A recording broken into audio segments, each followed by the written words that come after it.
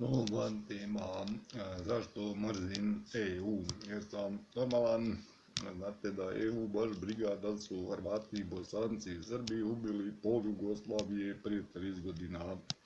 Europu baš briga da li je svaki veteranski Hrvat ubojica, ili da li je svaki veteranski Bosanac i Srbin ubojica. Europu baš briga šta svi oni rade 25 godina nakon što je rat završio. Europu baš briga čime se svi oni bave. Europu baš briga ko koga ugrožava na tom Balkanu, i Hrvati, i Bosanci, i Srbi, i Albanci, i Kosovari, i svi svako. Europu ni ne zanima da se oni svi skupa drogiraju. Europu baš briga što svi preprodaju kuće pokojnih ljudi koji su umrli ili su stradali u bivšem ratu. Europu baš briga o trgovini oružjem na Balkanu. Znači, Europu baš briga za sve. A Europa je moždano mrtva ako neki zombi.